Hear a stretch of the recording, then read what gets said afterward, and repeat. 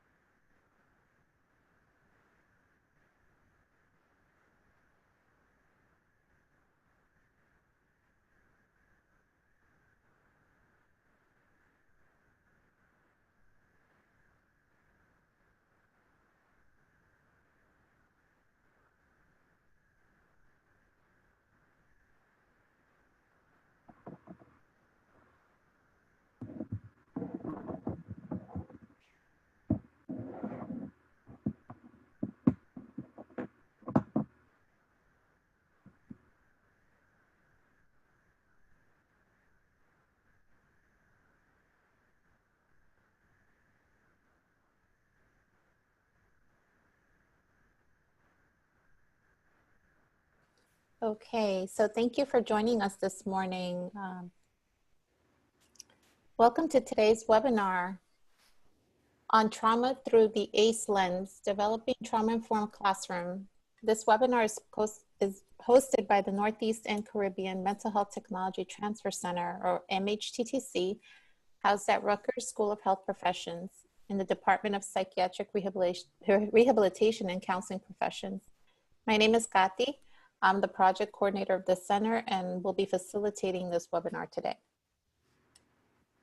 The MHTTC is funded by SAMHSA, the Substance Abuse and Mental Health Services Administration, to enhance the capacity of the behavioral health and other related workforces to deliver evidence-based and empirically supported practices to individuals with mental illnesses. Please visit the MHTTC Network website for additional information at mhttcnetwork.org. If you're interested in staying up to date with the events and products the Northeast and Caribbean MHTTC is providing, please sign up to receive our email communications. You can sign up at the bit.ly link provided on the screen. The following webinar, you will be asked to complete a brief survey. We value this feedback and use it to improve our activities and inform future activities. The surveys are also important because our continued funding is linked to the completion of these surveys. So we thank you in advance for your feedback. We also want to let you know that this webinar is being recorded and will be posted to our website along with the PowerPoint slides in the next couple of days. We encourage you to interact with our presenters during the webinar by using the chat feature. Please post any comments or questions you have in the chat, and I will collect your questions as we go and ask them of the presenter during the Q&A time towards the end of the presentation. During the webinar, our presenter may pose questions to you, so please use the chat feature to answer these questions. This presentation was prepared for the MHTTC network under a cooperative agreement from the Substance Abuse and Mental Health Services Administration, SAMHSA. All material appearing in this presentation, except that taken directly from copyrighted sources, is in the public domain and may be reproduced or copied without permission from SAMHSA or the authors. Citation of the source is appreciated. This presentation will be recorded and posted on our website.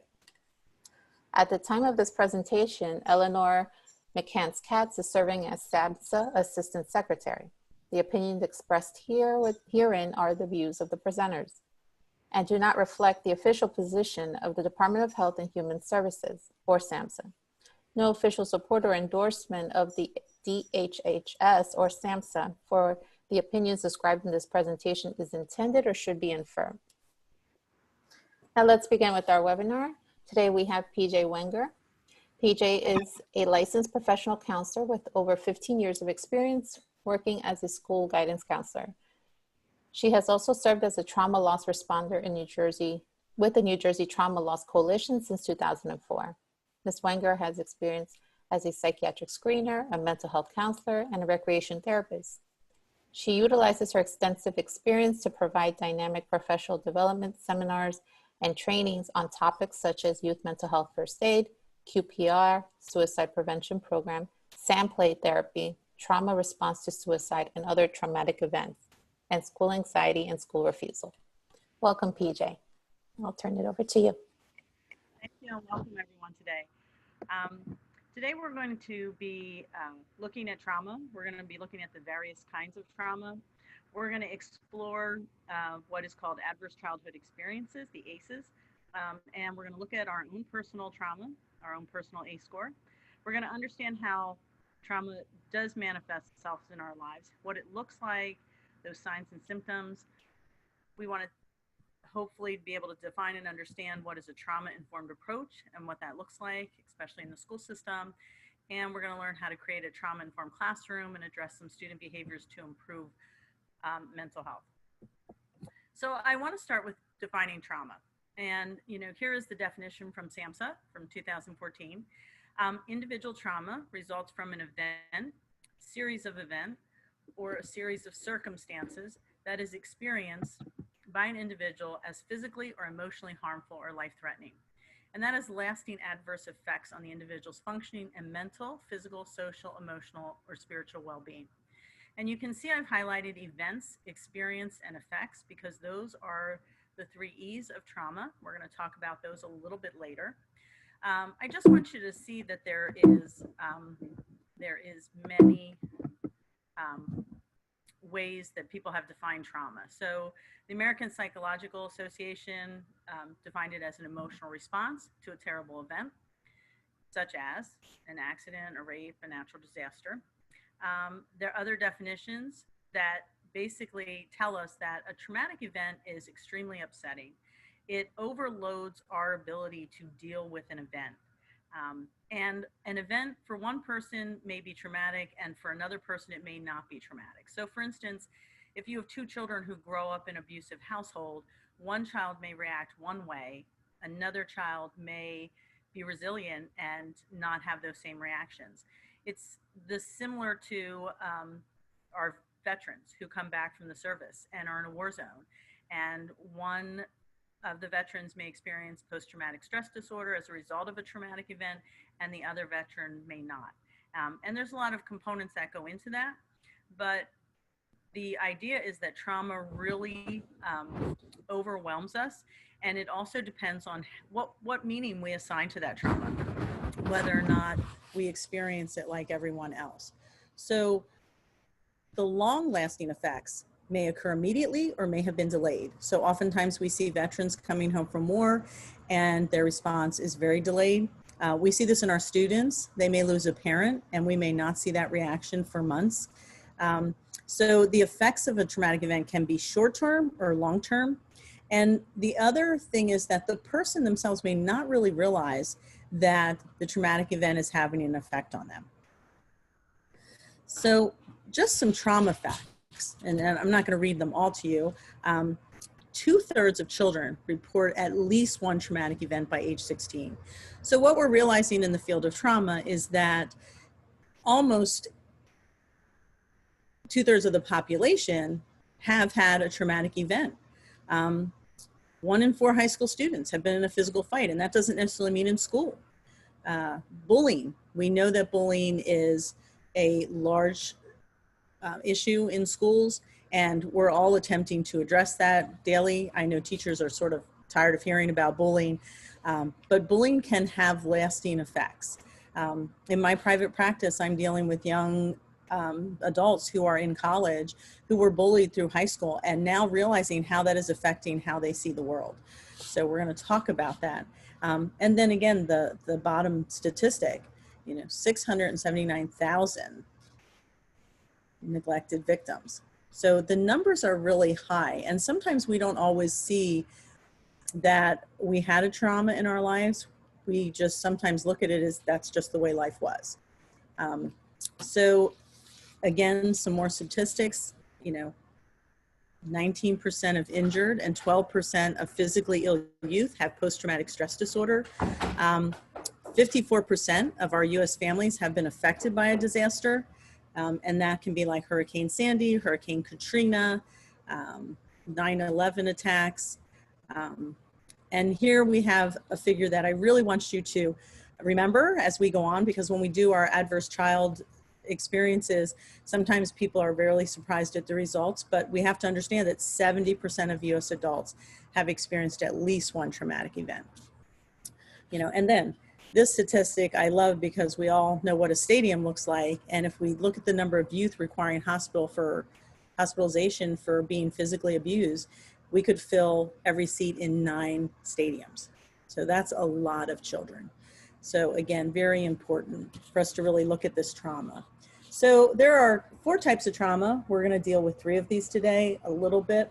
Acute trauma, which is a single traumatic event. So it could be a sudden loss or a physical or sexual assault that happens on a one-time basis, but definitely could affect us. Chronic trauma, which is multiple and varied events. So it could be like domestic violence, where that's happening repeatedly over and over again. Serious car accident where there's lots of surgeries following that, or certainly a victim of community violence. And again, oftentimes when I said, people don't view their trauma as traumatic, people who grow up in a community of violence, that's just their way of life. They don't really recognize that some of their behaviors are tied into living in that violent community day after day. Complex trauma is multiple interpersonal traumatic events from a very young age. So that could be emotional abuse, physical abuse, sexual abuse, could be constant neglect. Secondary trauma is the one we're really not going to delve into today, but secondary trauma usually happens to the caregivers or the providers or the teachers when we are exposed to the trauma of our students constantly. So as a trauma responder, when I'm on a traumatic event and I'm on site, we have to be very careful of our own traumas and how much we absorb from the people around us. So self-care is a really important piece for us, and we will certainly talk about that a little bit later. So we're going to start with adverse child experiences. And just to explain what this was, it was research done by Kaiser and Permente about how the experiences of our childhood that are adverse, that are traumatic, really affect our lives. And a lot of research has been done in this field. And the largest investigations have been into childhood, things like abuse and neglect and domestic violence, and how it really affects our later life health and well-being. And we don't really realize that. But we're going to see later on that trauma really changes our body makeup. It changes our brain. It changes our physiology. It really changes a lot of the things in our body and how we view and think about the world. A little warning, some of the questions may be difficult. You're doing this by yourselves, so you don't need to report the answers back to me. You don't need to give me your ACE score. So we're going to walk through the ACEs, and I would just have you, get a little pen and paper and have it sit beside you and go through this with me. And I will do it step by step. So we're just going to record our yes responses. So the first question is, did a parent or other adult in the household often or very often swear at you, insult you, put you down, or humiliate you? Or act in any way that made you afraid that you might be physically hurt? So your answers are yes or no. Question 2, did a parent or other adult in the household often or very often push, grab, slap, or throw something at you? Or ever hit you so hard that you had marks or were injured? And again, if it's yes, you write a yes answer. If no, we're going to go on. Number 3, did an adult person at least 5 years older than you ever touch or fondle you, or have you touch their body in a sexual way? Or attempt or actually have oral, anal, or vaginal intercourse with you? And again, I understand these questions may be hard for some of these who've had the traumatic experience, but we're attempting to get what your ACE score is. And that's important for you. Again, not reporting it to anybody around you.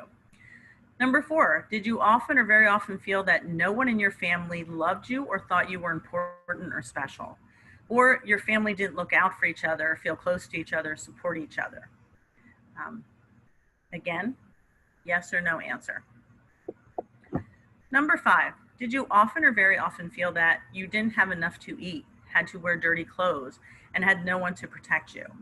Or your parents were too drunk or high to take care of you or take you into the doctor if you needed it? Yes or no answer. Number 6, were your parents ever separated or divorced? Number 7, was your mother or stepmother often or very often pushed, grabbed, slapped, or had something thrown at her? Or sometimes, often or very often kicked, bitten, hit with a fist, or hit with something hard, or even repeatedly hit at least a few minutes or threatened with a gun or a knife? While some of you may look at these and think these are awful things, they happen in homes on a regular basis. So again, the answer is yes or no. Number 8, did you live with anyone who was a problem drinker or alcoholic or who used street drugs? And again, in that question, we could also include gambling or sex addiction if you lived with somebody who had that as well. Number 9, was a household member depressed or mentally ill, or did a household member attempt suicide? Yes or no. And again, that doesn't need to mean that I had a parent who was diagnosed. If I think my mother was depressed because she didn't get out of bed for months but never saw a doctor, that certainly would be a yes answer. Number 10, did a household member go to prison? So now if you add up all your yes answers, it gives you your ACE score, your Adverse Childhood Experience score. And this is your personal ACE score. So just to alleviate anybody's concern about where they are, when I did this in my training, my ACE score was a 5. So the rule of thumb is any ACE score over 1 will have some effect depending on what we have done to address those traumatic experiences. Usually we say that anyone who has a 4 or higher would really be helpful if they looked into therapy or did some work around some of those traumatic experiences so they don't have some of the effects on ourselves that we're going to talk about. So just to give you an idea what the ACE score means, ACE scores are very common. There's, like I said, in a lot of homes, there are some of these things that happen. Substance abuse happens in 27% of homes. And we know right now under the COVID experience that substance abuse is increasing. Parental separation and divorce, that's 23%, and I'm guessing that's increasing as well. Although what we're seeing more of is that people are separating and divorcing but remaining in the same home, which again brings along its own stressors for financial reasons. Mental illness, we're learning that there is a lot more mental illness out there. Again, just going down through abuse, neglect, those kinds of things. So it is common for most people, again, remember that figure, 70% of adults have had some traumatic experience. So when we talk about this, we really want to look at what it does. And what we've learned in the research is that the higher our ACE score, the higher the trajectory is for us to have some of these problems, to and including the final top of the pyramid, which is early death. So we know that people who have high adverse childhood experiences have difficulty with social, emotional, and cognitive impairments. And we're going to look at some of those. And they have some health risk behaviors, smoking, drinking, maybe doing drugs, gambling, that their body is more susceptible to disease and disability. And that these adverse child experiences eventually can lead to an early death.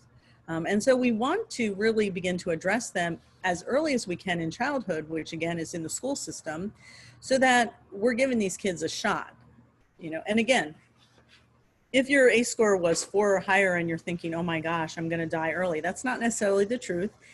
The information is given to you so that we can act on it and do something about it in addressing how we respond to things. So again, ACE's effects on our lives, it disrupts our neurodevelopment. We're going to talk about the brain and how the brain actually changes. And I'm going to show you some pictures that show you how our brain actually changes with traumatic experiences. It definitely affects our social, emotional, and cognitive impairment. I'm going to look at those with you and identify some of those things. There are people who do adopt health risk behaviors. When we're talking about veterans who come back from the service, oftentimes we are dealing with a great deal of substance abuse as they self-medicate. And again, they're just trying to medicate away the effects of the trauma that they've had. Impacts on life and potential disease, and then again, the early death. So these are the things that we want to avoid or correct so that we can live healthier. So when we talk about trauma symptoms, we're talking about how it affects our body. And I always use this visual of the whole body because it really does affect everything in our body, emotionally, behaviorally, cognitively, physically, how we interact with others, interpersonally, and it changes our perception of the world. And we're going to look at all of those. And I've met people, I have a private practice, I do a lot of trauma therapy, and they've said, oh, yeah, that happened, but that was in my childhood. And I've passed that and I put it behind me and I've moved on. And then we find out there are all these other behaviors that are going on and all these other things that are really having them struggle in their life because of their response to this traumatic event. And sometimes they don't even make the connection. So sometimes as a therapist, my job is to connect the dots for people and then to really address how do we correct and move past the trauma and live a healthier life. So trauma symptoms. Biologically, trauma changes the brain. And I'm going to show you some pictures in that. It changes the physical structure of the brain. And our brain is not static. It is a dynamic organ. It changes all the time. And brain structure interacts with brain functioning. So we know that trauma can cause smaller brain sizes in children, which results in a lower IQ. They actually have a smaller corpus callosi, which is a part of the brain that connects the right and left hemisphere. They have cortical atrophy, which is typically seen in people who have Alzheimer's. And that can result in, that can be a result of physical abuse, which again results in that whole idea of brain structure interacts with brain functioning. That results in developmental delays and memory issues. So when we look at some of these kids who are traumatized, who are in our schools, and they have problems remembering, they actually have some brain changes that is causing that. So, again, smaller intracranial volume, which is the size of the brain. So when we look at the brain, here's how the brain works. So when a child has a stimulus, so when something happens, there are 3 routes that goes in our brain mechanism to determine how we're going to respond to that. So the first one is, in a healthy brain, is that very outlying circle. We get the stimulus or the event happens. Our hypothalamus, which is our sensory translator, it takes the information and we decide how we sense it, visually, hearing, tactile. And then in a healthy person, it goes into our cortex. The root of how we're going to respond then goes to the cortex, where we use information to make decisions. And we think about things and we're able to figure out how we're going to respond. And then, of course, it goes down to our amygdala. The root travels to our amygdala, where we have the emotional computer and the alarm system. And with the information from our cortex, we're able to decide how we're going to respond to that. Whether we need to turn on our alarm system or whether we are okay and things are all right. With a person who's traumatized, those other 2 routes are more of where it goes. So they have the stimulus, the hypothalamus senses whatever the event is. It goes to the hippocampus, which stores our most recent memories. And then it's slower to respond to our alarm system and have a response. Whereas the traumatized child is that straight line that goes right across. Something happens, their sensory input translates it into, this is very dangerous. They very fast move into the emotional computer of the brain, the amygdala, and they have a reaction. It happens very quickly. And that's why we see sometimes when, for instance, I walk up to a child and they're having trouble and I know they're having trouble and I put my hand on their shoulder and just to say, hey, how are you? And the child explodes, don't touch me. That's a child who's going from a sensory to an emotional response right away. And so that's sometimes what we're seeing with a traumatized child, you know, and we can see how quickly that is, you know. So again, that thick line for a child who's really traumatized where their brain is changed, it is stimulus, goes into my sensory, I immediately have a response to it, my alarms are on. So again, we can see the root of how that goes. And here is a picture. So the brain on the left is from a healthy child, while the image on the right is from a Romanian orphan who suffered sensory deprivation. And this is the work of Dr. Perry, and I would encourage you guys to look up. He's done a lot of work on scans of the brain and how the brain changes with prolonged abuse. And you can see on the right side, the brain is actually smaller. It's actually shrunken. And so we can see how that really affects children. And it actually has larger holes in the brain on the right-hand side. Another picture of it, healthy brain on the left. When we look at, and these pictures are not distorted. This isn't, we made one side bigger so you could see it and the other side smaller. These are the actual scans of the brain. So we can see the changes in the size of the brain from a child who isn't living a healthy life to a child who's being traumatized.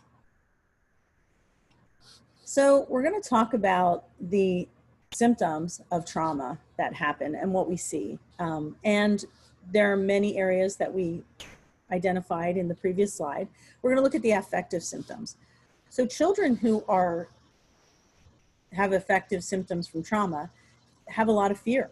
And sometimes that manifests itself in frightening, intrusive memories that they have all day long. So imagine a child sitting in a class thinking about what happened to them. The teacher is talking, they can't even attend because this intrusive thought is just in their brain all the time. It also turns into nightmares at night. So a child who's coming to school, who's falling asleep in class, may have been up all night with these nightmares. And they're going to experience the same reactions when exposed to reminders of the traumatic event. So for instance, a child who's in a car accident, if I'm driving down the road passing the location where the car accident happened, they may have a response to it. They may become very fearful and be afraid to drive by that location because where their brain goes is to the fear of that accident. We have sadness and depressive symptoms, and that arises due to the abrupt loss of trust in other people and the world. You know, sometimes kids may have suicide ideation, and that comes from, I can't do this anymore. This world is too scary and makes me too sad. Anger, we see a lot of anger in kids. It takes the form of non-compliant behaviors, rages, tantrums. Sometimes they're physically aggressive towards property. They break things, or they're physically aggressive to other kids in the classroom. And then a very big problem for kids who suffer a lot of trauma is they have a negative self-image. They think the event was their fault, or if they had done something differently, that those things wouldn't have happened. We have behavioral symptoms that we see in the classroom, you know, avoidance. You know, they want to avoid thoughts, people, places, situations, anything that triggers that recollection of their traumatic event. So a lot of times, sometimes in classrooms where a teacher naturally talks loud, the child may interpret that as yelling and may respond to that like she is being yelled at from a caregiver who yells at them constantly. You know, for instance, you know, another avoidance scenario is a boy who is abused in a shower at school will avoid the shower and eventually will avoid showering altogether, even at home. And that becomes a really big problem. And then parents are fighting with them about hygiene and showering, and it really has nothing to do with that. It has to do with the traumatic event. Modeling. Children who grew up in abusive homes observe and learn maladaptive behaviors and coping strategies. So if they see their parent screaming and hitting their sibling when they're angry, and then they come to school and they get angry and they hit or scream at their peers, what we're seeing is them modeling what they learned. And again, the behavior is bad, but we need to look at where the behavior is coming from. Self-injury, we see a lot of that in children who are traumatized as they get older because they're trying to take away the pain. They're trying to gain some feeling. Or they have so much pain in them they can't stand it and they're trying to get a release. We see traumatic bonding, the Stockholm Syndrome, where children will defend a parent who's abusive to them because they've become so accustomed to it that they've formed this inappropriate, distorted bond with the parent, and they'll defend. We see a lot of that sometimes when we call in Child Protective Services. They go to the house and the kid denies and denies, even though they may have said something to the teacher or the teacher may have seen something on their body. And that's sometimes what that is. We see kids avoiding healthy, peer interactions. Sometimes kids who are abused feel that they are so different from the other person that they will not interact with their peers, or they'll interact with high-risk peers because they feel that they can understand them, or they will interact with younger peers because they're easier and they're not so demanding of, sharing and having a bond. Sometimes our kids overfunction. Well, we see kids from alcoholic families, they become parents and they overfunction. And then the tantrums and rages we've already, spoken about. We see cognitive trauma symptoms. So inaccurate cognitions. And what that is a child believes that they were at fault. So they blame themselves. He sexually abused me because I wore a dress. Now, as an adult, we look at that and say, oh, that's ridiculous. But as a child, in a child's mind, that may be what they're thinking. That's an inaccurate cognition. Or they'll have irrational cognitions. Because I couldn't trust my mom, I can't trust anybody. And again, it's a little irrational, but if their primary caregiver is the person that was cause of the traumatic event, they lose that trust. And loss of faith is a really hard one for kids because, if the family is religious and this trauma is happening, or they were in a traumatic event, they question whether there is a God. They question their future. So for instance, a child whose brother dies in a violent crime may lose faith that he may make it to adulthood and may just start taking risks because he sees no future for himself. Unhealthy relationships. If I can't trust, and anybody who's married will know that trust is the basis of a good relationship. If I can't trust people because I believe that they're not trustworthy and I have such low self-esteem, how can I have good relationships? So we see how some of that plays out. Interpersonal trauma, withdrawing from peers. And some of this is because they can't share some of their experiences. A child whose parents are divorced, who goes to school with children whose parents aren't divorced, their peers cannot understand where they're coming from. And they may feel like an odd person out, or they may feel like they can't talk about their families because their peers won't understand. A child, there was an incident where this plays into difficulty enjoying activities and difficulty establishing relationships. So a child who was sexually abused at night avoided things that happened at night. So she had a friend, and the friend and her were very close, and they did lots of sleepovers. But when that sexual abuse happened at night, she attached nighttime with bad things that happen. And so she started avoiding sleeping over at her friend's house. And her friend was very upset because she kept putting out an invite, and she didn't, the child didn't take it up on it because she just couldn't be there at night. She was so afraid and that bad things were going to happen. And then eventually the friend stopped asking her. The friend thought she didn't want to be friends with her, and she lost the friendship. So on top of the trauma, she has another loss. So again, how important for us to really address these things with children, and again, affiliation with high-risk peers. You know, sometimes kids who are traumatized, who feel that they are out, that they are so unlike their peers, begin running with kids that do high risk behaviors, begin taking risks, begin using drugs or alcohol. And again, that severs some of those good relationships, because we know that some of those relationships that are based on use of substances aren't really healthy relationships. And then this is the one that really always, you know, tears at my heart for children. They really change their perceptions of the world.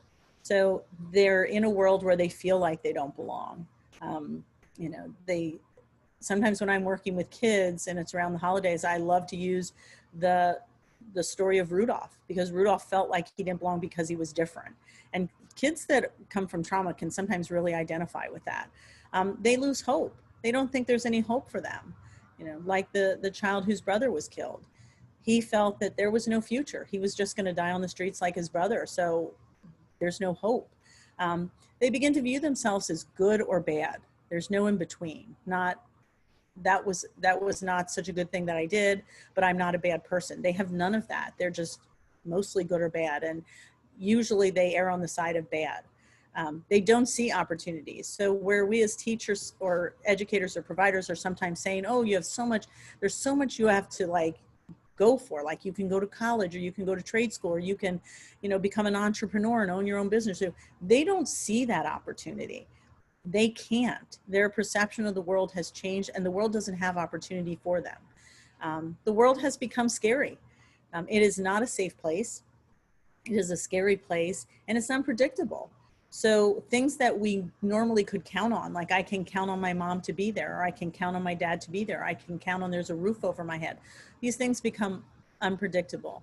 And then the last one is really the one we struggle with children like this, is they think that there's no help.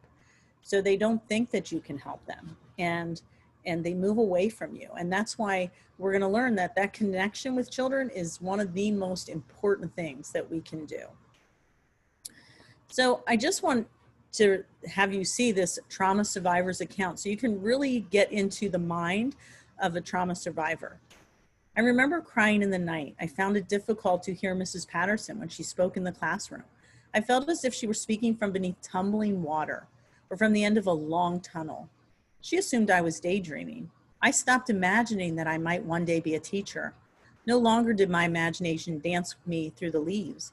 The sound of ringing church bells irritated me. Mostly, I felt ashamed and different. And this is a real account from a child trauma survivor. So you can see how their view of the world is completely different than what we're thinking. So the 3 E's of trauma, you know, the event, and we've talked about whether it's acute or complex or multiple, how we experience that event, and then the effect of the event. So we now know through the research that sometimes if we experience a traumatic event, but we have lots of support and help on the other side of that event, that we do deal with that in a more healthy way. If we don't have that support system, if we don't have those resources, if we don't have that help, then the event becomes assimilated into our person as a trauma. And that's why the 3 E's are so important. So what is a trauma-informed approach? A trauma-informed approach is just that. It's realizing that the impact is there, the impact of the trauma is there, and understanding those things that we just talked about, how it affects us affectively and behaviorally. Recognizing the signs and symptoms of trauma in our students, in our families. You know, people are saying, you know, I can't get the parents in. Sometimes parents are scared to come to school because they had a horrible experience as a child. And to them, school is still scary. So coming to school is a scary thing. And responding with all of that knowledge about trauma and putting it into practices, our policies and procedures, so that we don't accidentally or inadvertently or unconsciously re-traumatize the person. So I use this figure to show you that the 4 R's are not linear. So we are kind of circling around these 4 R's all the time. We constantly have to recognize things. We constantly have to realize it. We're responding constantly, especially as teachers and staff in the schools. And so there are 6 principles of our trauma-informed approach. And this is where, you know, we're going to get into it a little bit. So these are the 6 principles. Safety. And when we talk about safety, we're not just talking about, is the building physically safe? We're talking about physical safety, psychological safety, emotional safety. And that is not just of, and I'm going to keep saying this throughout, it's not just for the students, it's for the staff as well. Trustworthiness and transparency. So the goals of, all the operations and discussions in the school are conducted with transparency, with the goal of building and maintaining trust with students, with parents, with families, among staff and others involved in the organization. So in one of the schools that I worked in, they brought in an outside counseling agency, which gave them 2 counselors in the school. And the school was very excited about this. The counselors thought this would be great people to, bounce ideas off of and help with student needs. And what happened is these 2 counselors came in, they narrowed down their scope of what children they would see based on these criteria. And what ended up is they ended up seeing only about 12 kids in a school of 1,300. And the other problem is they wouldn't communicate with the counselors. So the counselors no longer trusted them, and it ended up being a very tense relationship. And again, not trauma informed at all. Trauma informed is we are working together. We're all in this together. Peer support, mutual self-help are key tools in establishing safety and hope and building trust and enhancing that collaboration, which we're going to talk about next, and utilizing their stories and lived experiences to promote the healing and recovery.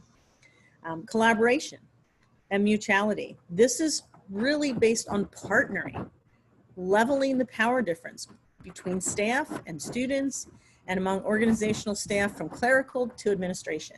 And that doesn't mean that I let students run the school. So sometimes when I say that, educators or counselors or staff in the school say, oh, like what, we're supposed to let the kids make all the decisions? No, but certainly they need to be a part of that. That leads us into the next place of empowerment, voice, and choice. When we're talking about trauma-informed approach, we're talking about everyone has a stake. Everyone is a stakeholder. We need to empower students and staff with their strengths and experiences and recognize those and build upon them. We need to foster the belief that individuals and organizations can heal and promote recovery from trauma. So there have been schools where we've gone in and, the report from the administration is, oh, the staff is all divided and we can't get them to come together. And, that's a real problem for us. And if we step back and do some real team building and some real work around being able to empower each other and have a voice and talk about how we're feeling, what a difference that makes. And it makes a difference to our students. And students, have some choice in decision-making and goal setting. We put them on boards and we bring them into meetings and we ask for their opinions. It doesn't mean they're running the schools. It means we're including them. And then cultural, historical, and gender considerations. Organizations need to actively move past cultural stereotypes and biases based on religion, race, ethnicity, sexual orientation, age, gender, identity, geography, whether I'm rich or poor, economics, and this isn't about we put the things in place. So if I'm a school and I build bathrooms for transgender youth, that's great. But if my staff are making fun of those bathrooms and the kids that go into them, or other kids are making fun of those bathrooms and the kids that go in, then I'm not actually using a trauma-informed approach. That's really about walking the walk, not just talking about it. So we're going to get into how this looks individually so you can see some of how that looks. So safety, classroom arrangements, and sometimes this may be difficult for schools. We minimize the crowding and the distractions, making sure that there is sufficient staffing, and sometimes that may be something for a table discussion between administration and teachers and parents and children. In some of the trauma-informed schools, we use mentors in the classroom, or we use parents in the classroom, or we use community members in the classroom. Establishing routines, very important for kids who have been through trauma because it helps them feel safe. Directions need to be very clear. not anything vague. Children need to understand, and we need to make sure that children understand. Preparing students for changes. Children who are traumatized do not do the change very easily. They sometimes have a hard time with that. So if a teacher is going to be out, letting the students know, I'm going to be out, you're going to have a substitute, here's what it's going to look like. We had children that, during certain drills, we had to prepare them ahead of time so that they wouldn't panic thinking that their world is crumbling around them. Staff safety, the staff need to feel safety and cared for, and again, that's a discussion for a round table. Not just from administration, or not just from the staff, or not just from the union, or not just from the parents. It needs to be everybody at the table. Trustworthiness, stakeholder decision-making, we talked about that. Having everybody at the table, being clear about what decisions we're making and why they're being made. Staff attitude, children are doing the best that they can. Communicating expectations, what do I expect from my children? And making sure that they are clear, concise, and positive. We need to not, it's not a dictatorship. It's not, I'm in control and you're, who I'm controlling. It's really about, let's figure this out together. Displaying and reviewing schedules. Again, if there's a change, staff, exploring problems, what is the problem? Not what's wrong with you, what's going on, what's happening here, talk to me, and actively listening. I can't tell you how often when I see children in private practice, or I'm on a traumatic event in a school after something has happened, where children will tell me that people do not listen to them. And it's not about, active listening is hard. When I'm working with a couple in therapy, one of the main things we're working on is listening to each other, listening without having a response, listening without having the answer, listening without telling them what they should do. Just really listening and hearing what they're saying. Consequence delivery. Children need consequences, but they need to be delivered consistently and calmly. The worst thing somebody can do is lose control of themselves in administering a consequence to a child. That is just re-traumatizing. And making sure that our consequences match the behavior. So again, sometimes it's monitoring our behavior. This child has done this behavior over and over again, and I'm so tired of it, I explode in the classroom. And then I tell them they're suspended for 3 days. Now, that doesn't match necessarily the behavior that's happening, but I'm angry. So again, we need to monitor our reactions and our responses, because that is very important for a trauma-informed classroom. Children will look at me to see what's happening. And then once I administer a consequence, I can have a restorative conversation. I can talk to the child about what happened. What were you thinking? What was going on? What can we do differently? How can I help you? These are all things that I can do with a child. Peer support. Again, we can't help someone unless we help ourselves first. And this is the whole purpose of us doing the ACE in the beginning of this. What are our own traumas? How does that interfere with, a child that we're working with? If I was neglected as a child and I see a child neglected, I may give that child all kind of accommodations because I see myself in them. And again, I think I'm doing a good thing, but that's not necessarily a good thing, because they're not going to get all those accommodations at home. So I can give some accommodations, but I need to be consistent. And I also need to hold them accountable and have them have consequences. Effective interactions with other people. Opportunities need to exist for students to learn how to effectively interact with peers and staff.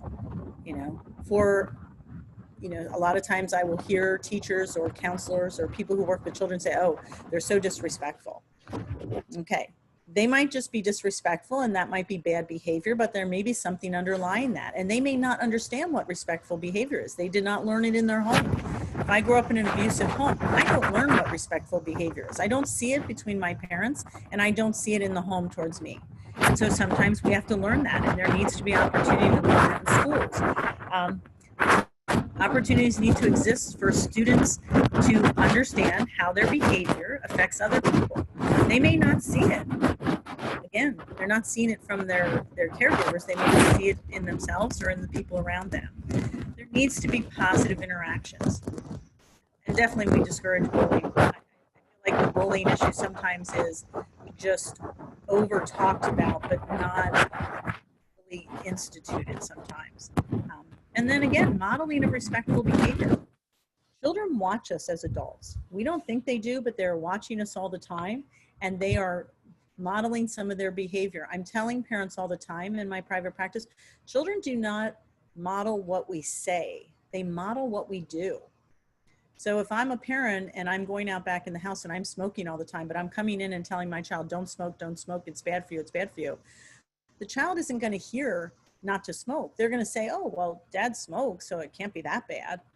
Again, they model what they see, not what we say. Collaboration and mutuality. This is really, again, students' strengths are encouraged and incorporated. And sometimes a student's strength may not be in the classroom. It may not be academic. It may be in the area of art. It may be in the area of sports. It may be in the area of creativity. And we need to build on that and tie it into some of the academics. You know, we need to know their interests. So, for instance, I had a child in a classroom who was very focused on sharks, almost to an obsessive quality. And he read every shark book and all he talked about was sharks. And the teacher was so frustrated. She's like, this is all he talks about. I'm so tired of hearing about sharks. And when I was able to get the teacher to sit down with the child and talk about what the shark fascination was, he talked about the shark being strong and nobody being able to hurt it. And it couldn't get beat up and it couldn't get bullied. And it was a really strong animal in the sea and nobody messed with it. And we began to understand that where he was going was trying to hook onto something that would help him be strong. And when we were able to see that and tie it into what was happening in his household, we were able to give him some other tools and introduce him to some other things. So the teacher introduced him to some superheroes and she introduced him to some heroes and stories, and was able to get him to expand his perception of the world. There needs to be opportunities for children to respond and participate during instruction, interact with us. And we need to be flexible about managing behavior rather than having strict compliance with the rules. Because sometimes kids from trauma, that strict compliance only sets them into a tailspin. And that's not me saying we don't have rules, we don't have consequences, but we need to be a little flexible. And then staff self-care. I mentioned that a little while ago. It's really important to take care of ourselves before we take care of anybody else. It's important for me to be aware of my trauma so that when I respond to a traumatized child, I'm not getting my stuff all mixed up with theirs. And again, it can get mixed up in a positive way or a negative way. Empowerment, voice, and choice. You know, this is really listening to kids and giving them a choice and building on their strengths. So we have multiple modes of learning. Not all children learn auditorily. I myself, as an adult, am an experiential learner. If you ask me to sit and be lectured at for hours and hours, it's really hard for me. I like to have experiences. I like to do things. That's my best mode of learning. It's why in my therapy practice, I do a lot of experiential things with children and adults. You know, skill development. We need to be able to help them develop some of the skills that they've missed. Even skills that we think, oh, they should have had this. They should have learned this in kindergarten. They may not have. And then giving children choices. They can be two choices I can live with, but they're still choices. And then children feel like they have some control. Remember, children from trauma feel that they have no control over anything. And giving them some decision making. Okay, we can have a test today or we can have a test tomorrow. We can take a break now or we can go for 20 more minutes and take a longer break later. Some of those kinds of things, you know, and then setting goals with kids. What are our goals? You know, when I worked in the inpatient unit, our mornings started with children setting a goal for the day. And even if that goal was, I'm going to try not to be put in the quiet room, or I'm going to try not to have an outburst. Whatever it was a goal. And then all the staff knew the goal and we helped that child through the day. So if we saw the child starting to rev up to get to an outburst, we gave them a stress ball, or we had them step out of the room and maybe do some coloring by themselves to just decompress and get their, you know, their tension level down. You know, so we did something to help them, and we would tell them, you know, we're going to step outside the room and we're going to do this because we want you to meet your goal, and your goal was not to have an outburst today. So maybe if we just step out and we do some coloring for a few minutes, or maybe if we pound Play-Doh for a few minutes, we'll feel a little better and we can rejoin the group. So again, some of that kind of thing. Cultural humility. This is, you know, sometimes this is hard. Racial ethnic makeup of the staff and the students look similar. You know, if I'm a child of color and I'm going into a school and all my teachers are blonde, blue-eyed females, I may not feel like I belong there. I may not feel like they understand me. And it's nothing to do with the teachers. It just has to do with a child's visual perception. Having environmental exemplars. And what that is, you know, people from the backgrounds of the students that have done wonderful things. There are people in every race and culture that have done exemplary things. And we need to be identifying those people so those children of a different cultural race can say, oh yeah, that person looks like me and they've done a wonderful thing, so I can do those things too. You know, certainly we're not throwing out, you know, the baby with the bathwater. We're going to teach them all those other people that are around that may not look like them, but we're going to also give them people who look like them. And again, culturally sensitive learning activities. Sometimes when we're talking about culture, we let the children come in and do a show and tell of something from their culture. And we learn from other people. Again, we're giving them a choice, we're giving them a sense of control, we're giving them an opportunity to share who they are, and we're positively reinforcing it. And again, that follows into student engagement and activities. Culturally sensitive classroom management strategies. We try to understand if, you know, in a culture, I was just having a conversation this morning that, you know, children were brought up in a very military kind of environment, they may not respond well to touchy-feely, or they may not understand touchy-feely, and they may need to learn that, but we need to be sensitive to that's how they grow up. So again, these are the ways that we can help create those 6 pillars of a trauma-informed classroom. So then I want to review just for a few minutes the ARC model. And the ARC model was developed based on building secure attachments. And again, there's that attachments between child and caregivers. Enhancing self-regulatory capacities, teaching children to regulate their emotions and deal with their emotions, all of their emotions. We're okay when it's happy or sad. When it's angry, we get a little unnerved. You know, and anger is an emotion. It depends on what we do with it. And again, we have to be modeling that as adults all the time. You know, if I'm angry and I'm screaming all the time, and I'm dealing with a child who's traumatized because in their home there's domestic violence, this is their perception of the world, and they respond so. So they are fearful and they don't interact and they can't learn. When they are in the place of fight or flight, which is that response, they cannot learn. You know, and again, increasing competencies across multiple domains. I may not be good at math, but I may be really good at drawing, or I may not be good at remembering things, but I'm really good at history. And, you know, I have some heroes that I like. So ARC's components is designed to support both organizational change and individual, family, and youth changes who have experienced trauma. And the framework's organized around the core domains of attachment, you know, building safe caregiving systems, regulation, supporting youth and regulating, you know, emotions across the domains, and developing competencies, supporting factors that will have resilient outcomes. And it's designed to go cross service. So traditional approaches versus trauma informed. You know, we want to build safe caregiving systems. We want to support youth across the domains. We want to make them resilient. Here's some of the things that we have done traditionally that we want to move away from and move into the trauma-informed place. So traditionally, when we're frustrated or angry with students, what's wrong with you?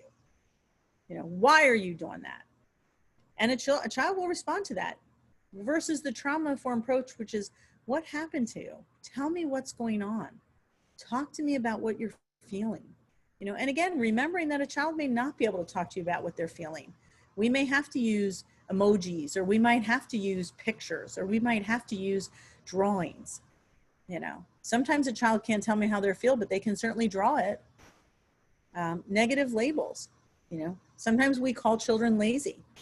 A child from, you know, who is traumatized, whose brain has actually changed, who has trouble developmentally or who has trouble with memory, we might look at them and say, oh, they're just being lazy. Versus that informed understanding. Again, what happened to you? You know, if a child says, you know, my mom's beating me at home all the time, yes, I need to call Child Protective Services. I'm a mandated reporter in the state of New Jersey. However, I can also then begin to understand how they respond. You know, purposeful behaviors versus automatic. You know, sometimes we look at kids and we think that their behavior is purposeful. Oh, they just did that because they don't like me, or they just did that because, you know, they don't want to play the game, or they just did that. No, sometimes it's an automatic response from children. Remember, that brain, they're going from the sensory input to the alarm system, right over to the response and the behavior. They miss all of that other piece of thinking about how that could affect me. Does it affect me? Am I safe? Not thinking about all those things. You know, we focus on the child. You know, you're doing this and you can't do this, and you, instead of considering the environment. Okay, maybe what triggered the child in the environment. Maybe my voice was too loud. Maybe that bang really set them off. You know, considering the environment. Sometimes children in a classroom, when it's loud, can't function, and they need a break.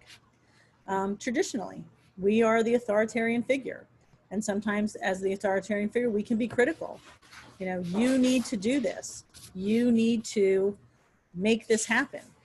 In terms of a trauma-informed, where do you want to do your numbers first, or do you want to do your letters first? You know, giving them a choice, giving them some control. I, as a teacher, want them to do their letters and their numbers. So I give them two choices I can live with, but I give them choice. And that's that whole voice empowerment choice. You know, punitive discipline. You know, you have to sit in the back of the classroom. How humiliating. We've passed the years of the dunce cap, sitting in the corner with the dunce cap on, thank God. But sometimes we're punitive discipline, and we do publicly, you know, versus a positive strength-based discipline. You know, taking a child aside, having a private conversation with them, you know, finding out what's going on. No, you can't break things in the classroom, but I was really angry and I didn't know what to do with it. Okay, so how can we deal with your anger in a better way? But you still have a consequence for breaking something. You know, and sometimes I'll say to a child, what would you do if somebody broke your favorite toy? What would the consequence be? And sometimes the children will give you some pretty good ones. Traditional, we leave it to the counselor. Send the child to the counselor. That child's doing this, call the counselor. In a trauma-informed classroom, in a trauma-informed school, we share all the responsibility. So we do try to be the first intervention. We do include the counselor. We ask for suggestions. We ask the family what works at home. You know, we include everybody. Again, in a trauma-informed environment, everyone is responsible. There is no, it's not my job anymore. You know, so some interventions, you know, routines. We need to have routines for children. And again, they need to know the routines. The more clear and concise and consistent those routines are, the better children will respond. Children need to have choices, even children in kindergarten. You know, we sometimes think the littler children don't have that need to have some choice or control. They do. You know, our responses. You know, if I'm yelling at a child, they're going to have one response versus if I really bring my tone down and really talk in a very calm manner. And sometimes it's hard for us as adults. You know, in our classrooms, sometimes, you know, people are doing mindful moments, you know, and I love when people are doing that in the classroom. And I tell teachers, participate in that mindful moments. You need a mindful moment just as much as your students do at all levels. High school, you know, sometimes when I go into a high school classroom as a guest speaker, the first thing I do is I say, okay, everybody, how about you've been sitting all day? How about we all get up? Let's do a couple stretches. I might teach them some yoga moves. They giggle, we laugh, but it's a moment of, we call it a brain break sometimes. And then I can sit down and I can engage them. Monitoring our reactions. Again, we really have to be in control of our reactions and responses if we want our children to be in control of theirs. Not taking things personally. Children aren't doing this to us. They are responding out of whatever it is they've learned. You know, identifying triggers. If we know that a child comes from a difficult home, what are the triggers? You know, my mom yells a lot. If a child says that to us, that is a red flag. Light bulb. I need to really watch my tone of voice. I need to watch that I don't yell. Mentoring program. I'm really pleased with my schools that are developing mentoring programs. You know, maybe a teacher has 5 kids that they eat lunch with, and we talk about sports, or we talk about South Park, or we talk about whatever they saw on Snapchat that day, or we talk about TikTok, and maybe we do a dance with them on TikTok. You know, we're really it's about joining and connection, you know, and time, really spending time with kids, you know. And I know as teachers, we have so many responsibilities, and educators, we have so many, you know, PDs and SGOs and all of those things that really take up our time.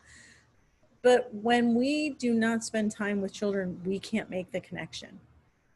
And if you can make a connection with children, the response that they will have to you is exponential. Again, sensitivity to their cues and triggers. So, you know, if I know a child has a trauma history, what are their triggers? If it's yelling, you know, how do I not do that? Forewarning children, giving them warning that there's going to be a change. You know, brain breaks, you know, let's just stop. If I see the class is decompensating and I see that they're no longer with me, I give them brain breaks. You know, let's take a break. Let's see what's going on. Maybe we need to talk about it. Maybe we need to blow up balloons. You know, that's a great activity. Everybody has a balloon, we blow up a balloon. Alternate seating. You know, sometimes I move seats around. Fidgets are something that I thought were great, and then schools outlawed them because the kids were playing with them all the time. But I can have a fidget contract. You know, here's your fidget, and sometimes when you're feeling like you're going to explode inside your body and you just need to move and you can't sit any longer, maybe we have a contract that I give you your fidget and you go to the bathroom and you fidget all the way to the bathroom and back, and then you give me the fidget device back and I put it away until the next time you need it. Visuals. You know, visuals around the classroom that are calming. Building self-regulation skills. What do we do when we're angry at school? You know, can we write it down? Can we give the teacher a note? You know, and signal plans. You know, when I see something that's going on, maybe you know, the child gives me a signal. You know, I'm having a hard time, I need a break. Maybe they use a Post-it on their desk, or maybe they use a secret sign that's between me and the child. Sometimes I need to do some other things like reduction of assignments, you know, giving some extra time. Grounding time is that whole getting children back in their body. And we now know in trauma work that being in our body is some of the most important things. Children who are constantly living in trauma response, their automatic nervous system is always in a heightened alert state. The way to bring that down is to get children back into their bodies. It's the same work we do with veterans who come home from war. We teach them to be back in their body and ground themselves and bring that whole autonomic nervous system down. So sometimes it is just doing a little stretch, or it is walking around the classroom, or it is doing an activity where I can move. These are some of the interventions that are critical. So some resources, the Bounce Back program and the CBITS program are designed to, you know, reduce symptoms of traumatic stress disorder. So I encourage you to look up on them. They have a lot of resources on their sites. My you know, one of the other things is, you know, I recommend people to get the Helping Traumatized Children Learn. It's a resource from SAMHSA. It is listed in my references. So with that, I'm going to turn it back to Kadi for any type of Q&A. Thank you, PJ. Thank you very much for providing us with so much, a wealth of information on trauma-informed classrooms and the ACEs. Now, at this time, I invite anyone to either type any questions in the chat or in the Q&A box for our presenter. We have ample time left for open questions and dialogue, so I will invite you. And in the meantime, I just have a couple of questions of my own.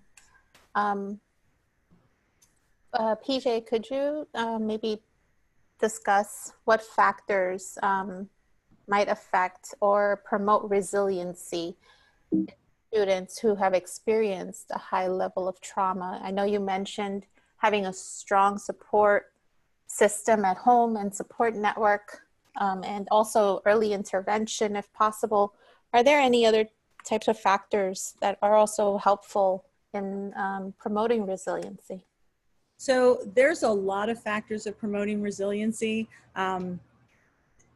So the number one factor is connection with one adult. So what we've learned from all our suicide prevention work and trauma work is that if a child has a connection with one adult, that can help them. That is a protective factor that can help them exponentially. So even if it's one teacher, or sometimes it's the custodian in the school building that they have a connection with. And I know, you know, in the past it has been, oh, you know, the custodian's supposed to be cleaning and not interacting with the kid.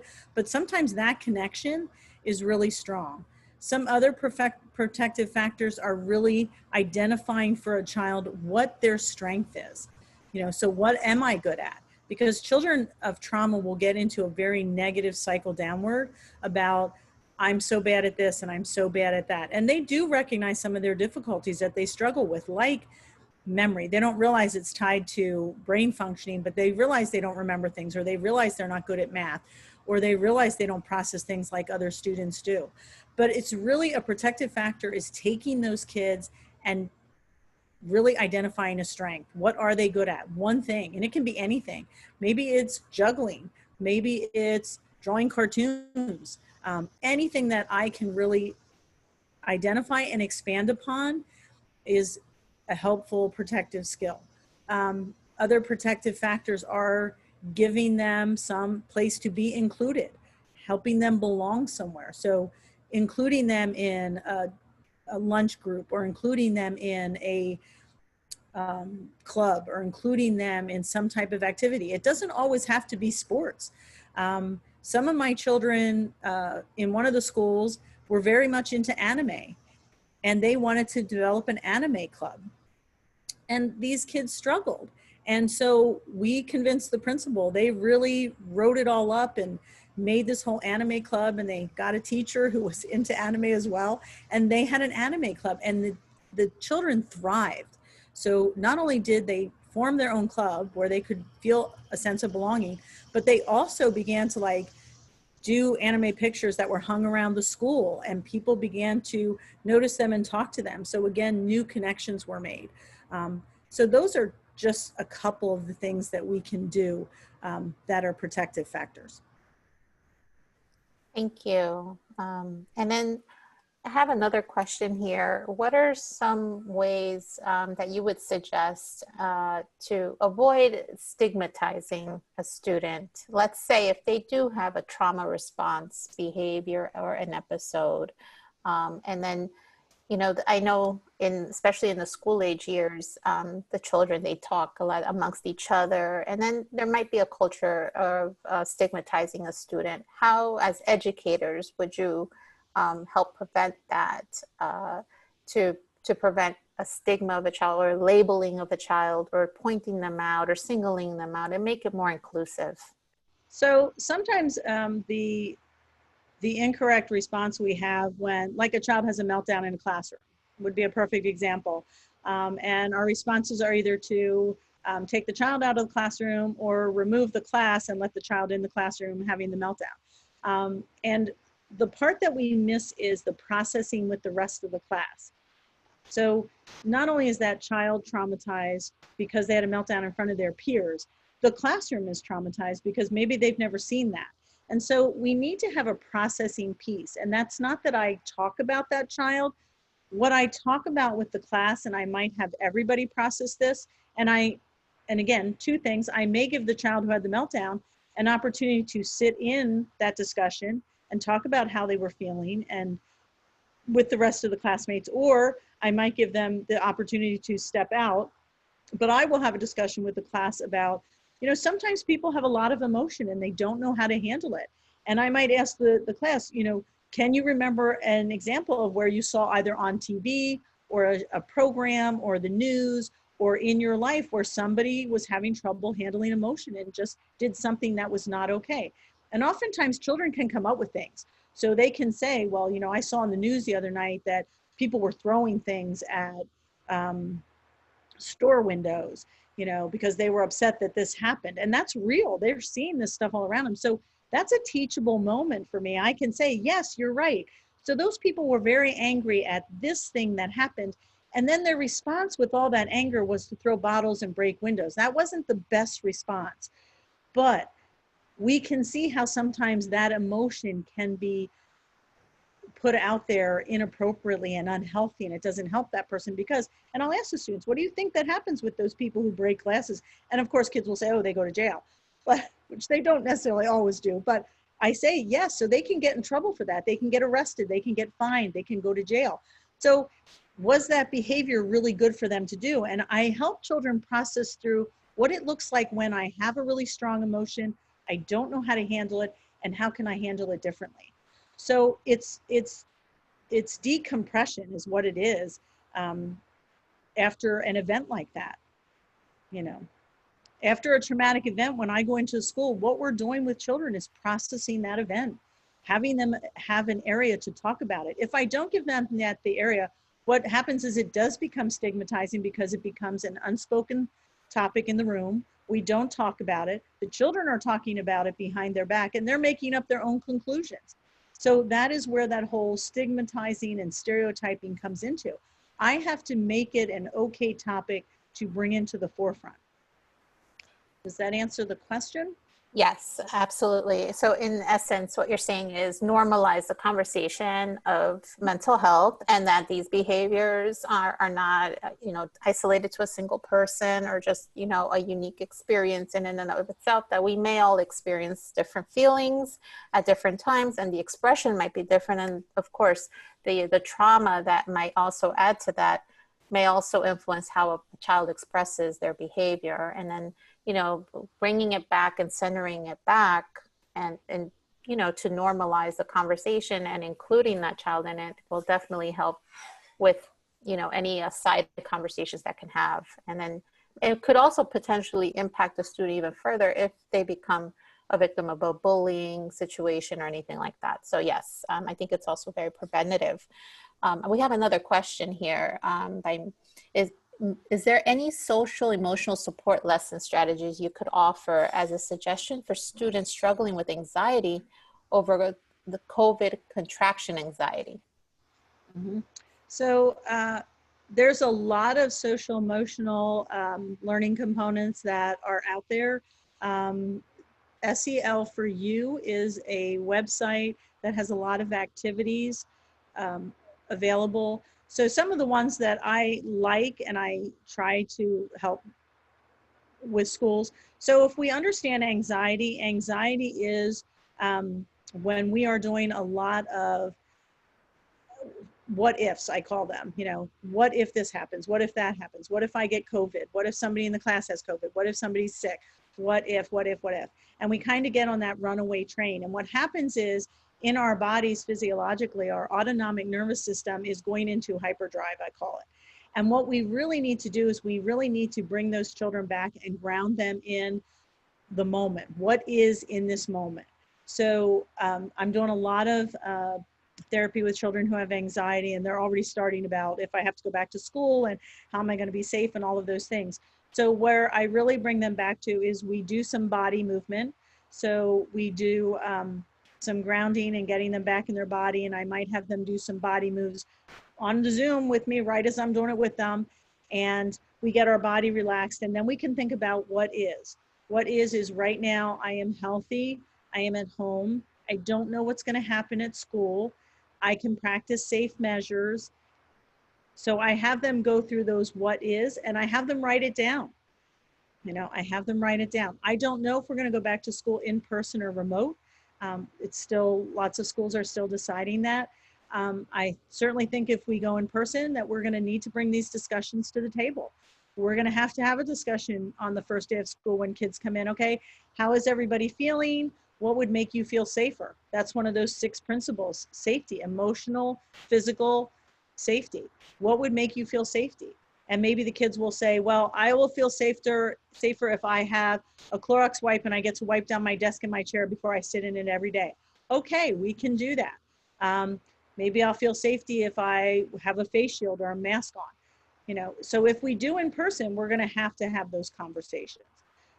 If we're doing remotely, again, there's other anxieties that are coming up for children about learning and having the basis and having understanding and having teachers there for them. And we need to, again, have the conversation and make a plan for that. The SEL activities, you know, morning meetings are a great thing. I know they do a lot of that in the elementary school, and we kind of miss that when we get to the higher levels because there's so much demand for academic pressure and children are changing classrooms and all of that. But in some of the schools, they do a 10-minute over the loudspeaker guided meditation. That's how they start school. And children are really in a much better place. I can do that over Zoom as a teacher. I can start my class that way. Okay, everybody close your eyes. Imagine a place that you love to go on vacation and see that place and who is there and what are the smells and what are you feeling and what are you seeing and what are you hearing. And then when I bring them back into the Zoom room, I say, okay, now share if you want to share with the classroom. What was your favorite vacation place? You know, and again, that just gets us back into our bodies and grounded and in a better place. When I bring my autonomic nervous system down into grounding, I can no longer be anxious. The two are not compatible physiologically. So those are some of the techniques. And I would definitely encourage you to look up SEL4U. They have a whole lot more activities and things for the classrooms. Yes, absolutely. I'm glad that you mentioned those grounding techniques because they're so important in addressing anxiety and especially in that moment. And you also mentioned also other techniques about starting your day with the students and just acknowledging that there may be anxiety in the room, and then that might also help alleviate some of their concerns. And you also mentioned, you know, one of the principles of trauma-informed care or the trauma-informed principles is that safety, and to address any anxiety regarding safety. So at this time, we don't have any other questions. I know I had, you know, it asked that the participants either included in the Q&A or in the chat box, but at this time, I don't have any more to share. So PJ, could you please move the slide over to the QR code? Yep. All right, thank you. So I invite everyone to complete our evaluation survey either by using this QR code, and I will also email all the participants of today's webinar a link to our evaluation survey. Like I mentioned before, we are SAMHSA funded, and part of our funding is also tied to our survey completions because that's the way we get credit for all of the participants who have attended. So we kindly ask that you please take a moment to complete our surveys. I will also include PJ's email in our follow-up email containing certificates and slides and link to the recording in case you had any questions that may have come up after the webinar concludes. So thank you, PJ. It was great to sit into your webinar as always. And thank you all for joining us here today. And if there's no more questions, I don't see any more, we hope to see you at our next one, next webinar. Thank you very much. And please don't hesitate to reach out and contact me if you have a question that you might have, but you want to ask it privately. I am certainly available. I do pick up my email regularly throughout the day, so I will respond to you. So feel free to do that if there's a question that you didn't necessarily want to ask in the group. Okay, well, thank you, everyone. We hope you stay safe and well. Yep. Stay safe and well.